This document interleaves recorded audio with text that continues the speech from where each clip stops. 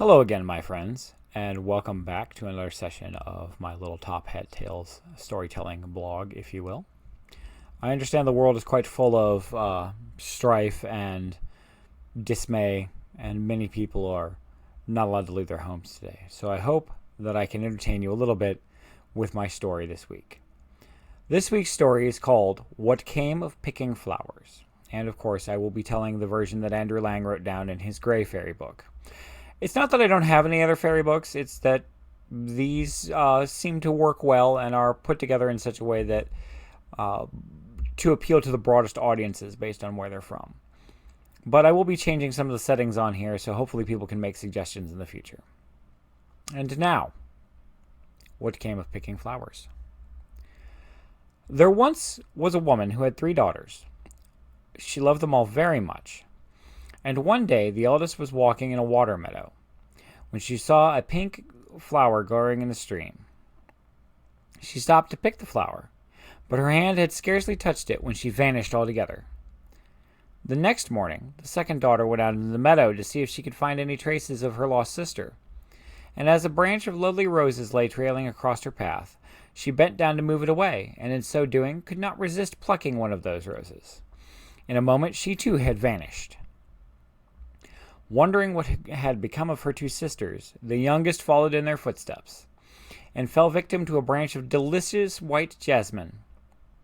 And so the old woman was left without any daughters at all. She wept and wept and wept and wept, all day and all night, and went on weeping so long that her son, who we totally forgot to mention, but is here and entirely important to the tale, who had been a little boy when his sisters disappeared, grew up to be a tall young man. And then one night he asked his mother to tell him what was the matter. Because, it's been years, she's been crying constantly, and apparently didn't tell him anything. When he had heard out the entire story, he said, "Give me your blessing, mother, and I will go and search the world till I find them. Because loyalty to siblings you've never met is apparently a profound thing." And so he set forth. And after he had traveled several miles without any adventure, he came upon 3 big boys fighting in the road. He stopped and inquired what they were fighting about, and one of them answered, "My lord, our father left to us, when he died, a pair of boots, a key, and a cap. Whoever so puts on those boots, and wishes himself to be in any place, will find himself there. The key will open every door in the world, and with the cap on your head, no one can see you. And now our eldest brother wishes to have all 3 things for himself, and we wish to draw lots for them. Because, as you know, the eldest child, gets to screw over everybody else in the inheritance." "Oh, that's easily settled," claimed the youth. "I will throw this stone as far as I can, and the one who picks it up first shall have all 3 things." So he took the stone, and he flung it. And while the 3 brothers were running after it, he put on the boots and said, "Boots, take me to the place where I shall find my eldest sister." The next moment he was standing on a steep mountain before the gates of a strong castle, guarded by bolts and bars and iron chains. And the key, which he had slipped into his pocket, opened those doors one by one. And he walked through a number of halls and corridors until he met a beautiful and richly dressed young lady who stared back in surprise at the sight of him and exclaimed, "Oh, sir, how did you contrive to get in here?" The young man replied that he was her brother, and told her by what means he had been able to pass through the doors. In return, she told him how happy she was, except for one thing, and that was her husband lay under a spell, and it could never be broken till there should be put to death a man who could not die. Because, Highlander, apparently there can be only one, I don't know. They talked together for a long time, and then the lady said that he had best leave, as she expected her husband back at any moment. Okay, well. And he might like him to be there, but the young man assured her she need not be afraid, as he had with him a cap which would make him invisible. They were still deep in conversation when the door suddenly opened, and a bird flew in. But he saw nothing unusual, for at the first noise the youth had put the cap on his head. The lady jumped up and brought him a large golden basin, into which the bird flew, reappearing directly after as a handsome man. Turning to his wife, he cried, "I am sure someone is in this room." And she became frightened and declared she was quite alone, but her husband persisted. In the end, she had to confess because you should really tell the truth, unless somebody's doing cruel things to you. But if he is really your brother, why did you hide him? He asked. I believe you are telling me a lie, and if he comes back, I shall kill him.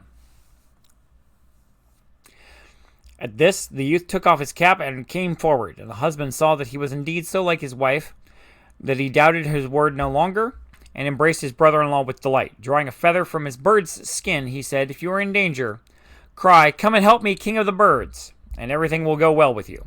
Because, apparently you can hear anywhere in the world. The young man thanked him and went away, and after he had left the castle, he told the boots that he must take them to the place where his second sister was. As before, he found himself at the gates of a huge castle, and within was his second sister, very happy with her husband, who loved her dearly, but longing for the moment when he should be set free from the spell which kept him half his life as a fish.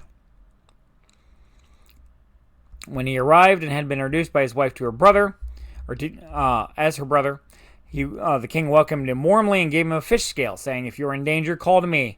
Come and help me, king of the fish, and everything will go well with you. Again, the young man thanked him and took his leave. And when he was outside the gates, he told the boots to take him to the place where his youngest sister lived.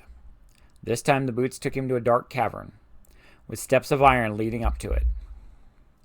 Inside that, she sat, weeping and sobbing, as though she had done nothing else the whole time she'd been there. The poor girl had grown very thin, and when she saw a man standing before her, she sprang to her feet and exclaimed, Oh, whoever you are, save me and take me from this horrible place. Then he told her who he was and how he had seen her sisters, whose happiness was spoilt by the spell under which both their husbands lay. And she, in turn, told her story. She had been carried off in the water meadow by a horrible monster who wanted to make her marry him by force, and had kept her prisoner all these years because she would not submit to his will. Every day he came to beg her consent to his wishes, and to remind her that there was no hope of her ever being set free, because Stockholm Syndrome, as he was the most constant man in the world, and besides that, he could never die. And at these words, the youth remembered his two enchanted brothers-in-law, and he advised his sister to promise to marry that old man, if he would tell her the way why he could never die. And suddenly everything began to tremble, as if it were shaken by a whirlwind. And the old man entered, flinging himself at the feet of the girl. He said, Are you still determined never to marry me? Melodrama. If so, you will have to sit there weeping until the end of the world, for I shall always be faithful to my wish to marry you. Well, then I will marry you, she said, if you will tell me why it is that you can never die. The old man then burst into a peal of laughter, because, mockery is the best way to respond to any question. Ah, ha, ha, ha, you are thinking how you would be able to kill me. Well, to do that, you would have to find an iron casket which lies at the bottom of the sea and has a white dove inside. And then you would have to find the egg which the dove laid and bring it here and dash it against my head. And then he laughed again in his certainty that no one had ever got down to the bottom of the sea, and if they did, they would never find that casket or be able to open it. And when he could speak once more, he said, Now you will be obliged to marry me, as you know my secret. But she begged so hard that the wedding be put off for 3 days. And to that he consented, and went away, rejoicing at his victory. But when he disappeared, the brother took off the cap which had kept him invisible all this time, and told his sister not to lose heart, as he hoped in 3 days she would be free. Then he put on his boots and wished himself to the seashore, and there he was directly. Drawing the fish scale, he cried, Come and help me, king of the fishes! Aquaman! And his brother swam up, and asked what he could do. The young man related the story, and when he had finished, his listener summoned all the fish to his presence. The last to arrive was a little sardine, who apologized for being so late, but said she had hurt herself by knocking her head against an iron casket in the bottom of the sea. The king ordered several of the largest and strongest of his subjects to take the little sardine as a guide and bring him that casket. They soon returned with the box placed across their backs and laid it down before him. Then the youth produced the magic key and said, Key, open that box. The key opened the box, and though they were all crowding around ready to catch it, the white dove swiftly flew away. Because, if I were locked in a box for a long ass time, somebody suddenly opened it, I would fly away too. It was useless to chase after that dove, and for a moment the young man's heart sank. The next moment, however, he remembered he still had his feather, and he drew it out, crying, "Come to me, king of the birds!" And a rushing noise was heard, and the king of the birds perched on his shoulder and asked what he could do to help him. His brother-in-law told him the whole story. When he was finished, the king of the birds commanded all his subjects to hasten to his presence. In an instant, the sky was dark with the birds of all sizes. And at the very last came the white dove, apologizing for being so late, but saying that an old friend had arrived at his nest, and he had been obliged to give him some dinner. The king of the birds ordered some of them to show the young man the white dove's nest, and when they reached it, there lay an egg, which was to break the spell and set them all free. When it was safely placed in his pocket, he asked the boots to carry him straight to the cavern where his youngest sister waited. Now, by this point, it was already far into the third day, which the old man had fixed for the wedding. And when the youth reached the cavern with his cap on his head, he found the monster there, urging the girl to keep her word and let the marriage take place at once. At a sign from her brothers, she sat down and invited the old monster to lay his head on her lap. And he did so with delight, and her brother, standing behind her back, passed the egg unseen to her. She took it and dashed it straight at the horrible head. The monster started, and with a groan that people took for the rumblings of the earthquake, he turned over and died.